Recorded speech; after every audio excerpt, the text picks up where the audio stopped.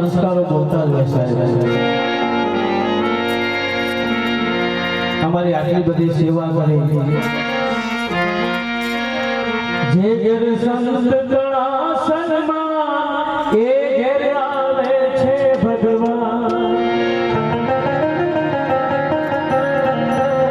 જે ઘેર મારા સંતોના સન્માન હોય સાહેબ, એ ઘેર મારો ભગવાન આવે. આજ જિગ્નેશભાઈ પર આપ તૂટી ગયું છે, પણ ભગવાન તમારી બારી બંધ કરે એક, પણ હામું બીજી 10 બારીઓ મારો પરમાત્મા તમારા માટે ખોલી નાખે, ખોલી નાખે, ખોલી નાખે, ખોલી નાખે છે સાહેબ. અમે માનીએ છીએ આજે તમે દુઃખમાં છો, અમે જાણીએ છીએ આજે તમે તમારી દીકરી વગર એકલા છો. અને તમે વિચારો આ દીકરીની કેટલો આટલી નાની ઉંમરમાં કેટલો એનો સ્વભાવ સારો હશે કે આટલું બધું માનવ મેરામાં આજે ઉમટ્યું છે બાપ.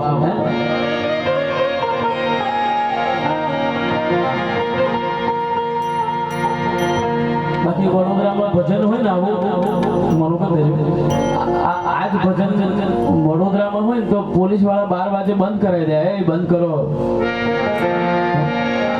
આ દીકરી કેટલી વાલી હશે સાહેબ.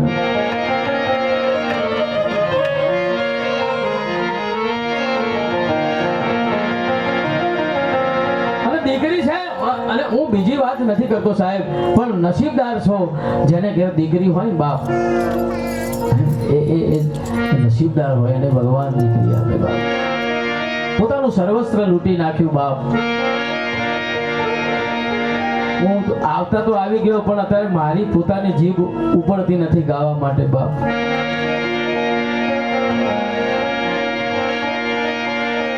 પણ એક બ્રાહ્મણ હોવાને નાતે, એક બારોટ હોવાના નાતે મને જે કઈ મારી કાલી ગેલી ભાષામાં જે કઈ આજે આ દીકરીને શ્રદ્ધાંજલિ આપી છે બાપ, આપણે બધાએ આપીશું.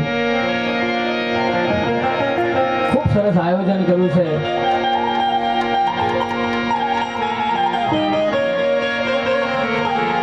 એક નાનું સરખું ગામડું, અને ગામડાની અંદર એક યુવાન દીકરી. આજની તમને વાત કરું, હું બસમાં આવતો હતો, મારી જોડે 18-19 વર્ષની એક દીકરી આવીને બેઠી. 10 વર્ષની બીજી એની નાની બેન,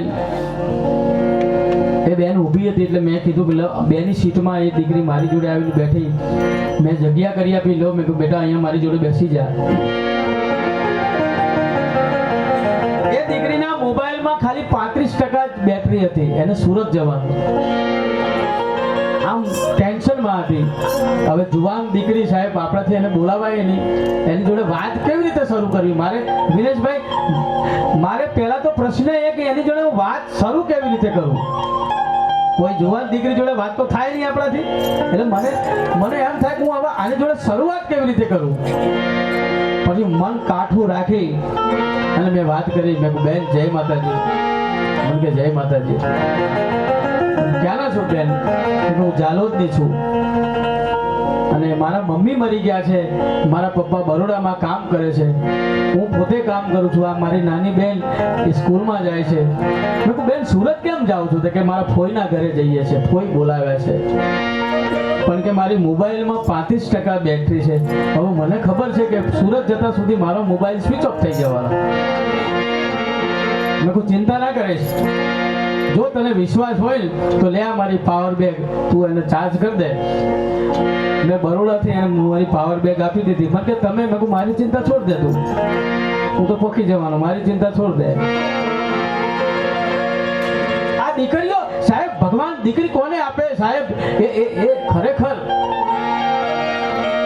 તમે જીવન કેટલું જીવ્યા એ મહત્વનું નથી, જીવન કેટલું જીવ્યા એ મહત્વનું છે જ નહીં, પણ તમે જીવન કેવું જીવ્યા એ મહત્વનું છે. ઉપર તો બધાને જવાનું જ છે, અને બધાને આપણે એક ફોટો લાગી જશે, આપણા ભજન થવાના, આપણાને જમરાજા લેવા આવવાના, અને આપણી જોડે લાખો કરોડો રૂપિયા હશે, એ દિવસે કામ નહીં લાગે. ચલો ચાલો ઊભા થાવ, અને ગમે તેવી પરિસ્થિતિમાં જવું પડશે ભાઈ. અહીં વાયદો નહીં ચાલે, કાલે લેવા આવજો, ચાલશે? આપણે જોડે કદાચ 50-60 લાખ રૂપિયા હોય જમરાજા લેવા આવે, આપણે પેલો 5 લાખ રાખો, મહિનો રહેવા દો, સોની મોની આગળ થાય, ઊભી થાય.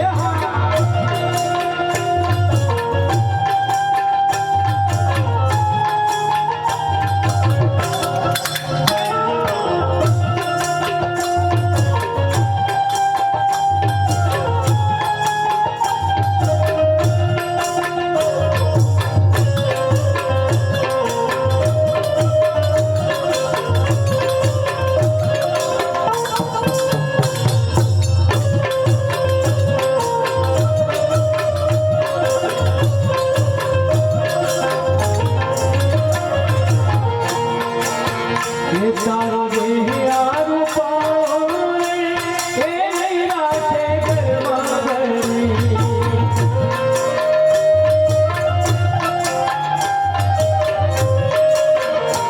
તારો દેહ આ રૂપાને એ નહીં રાખે ઘરમાં ઘરી.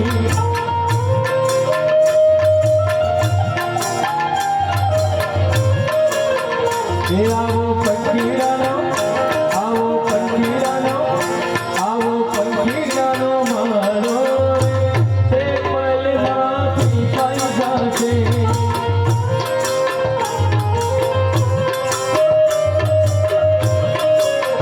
હે આ કાયામાંથી હંસલો રે ઓ ચિંતાનો ઉડી જશે.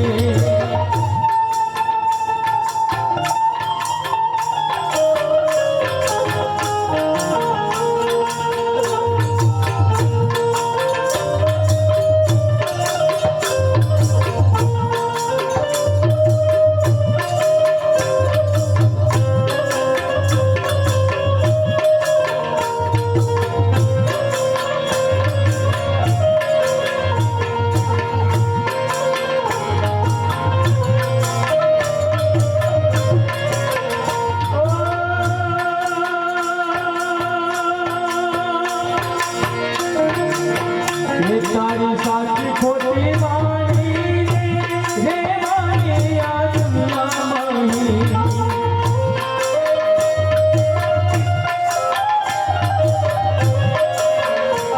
તારી સાચી ખોટી વાણી રે વાણી આ દુનિયા. તારી સાચી ખોટી વાણી રે રહેવાની આ દુનિયામાં. હે બાપ, પરમ દિવસે 5 દાડા પછી 1 મહિના પછી પણ આ દીકરીને બધા યાદ કરશે. કારણ ઉંમર નાની સમજણ જાજી એના ખડકે નહીં ખોટ પણ એવા વેલા ઉઠાવ્યા જોટ એ મારા સિદ્ધને દતો શામળિયા. ઉંમર નાની એકદમ નાની ઉંમર પણ સાહેબ બધાને વાલી. તારી સાચી ખોટી વાણી રે રહેવાની આ દુનિયામાં. હે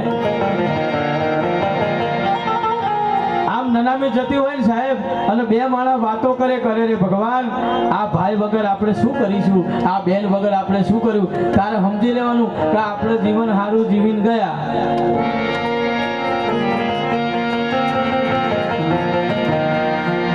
પરમ દાડો અમારા ડાકોરમાં એક જણો મરી ગયો, 500-700 માણસ રડતું હતું.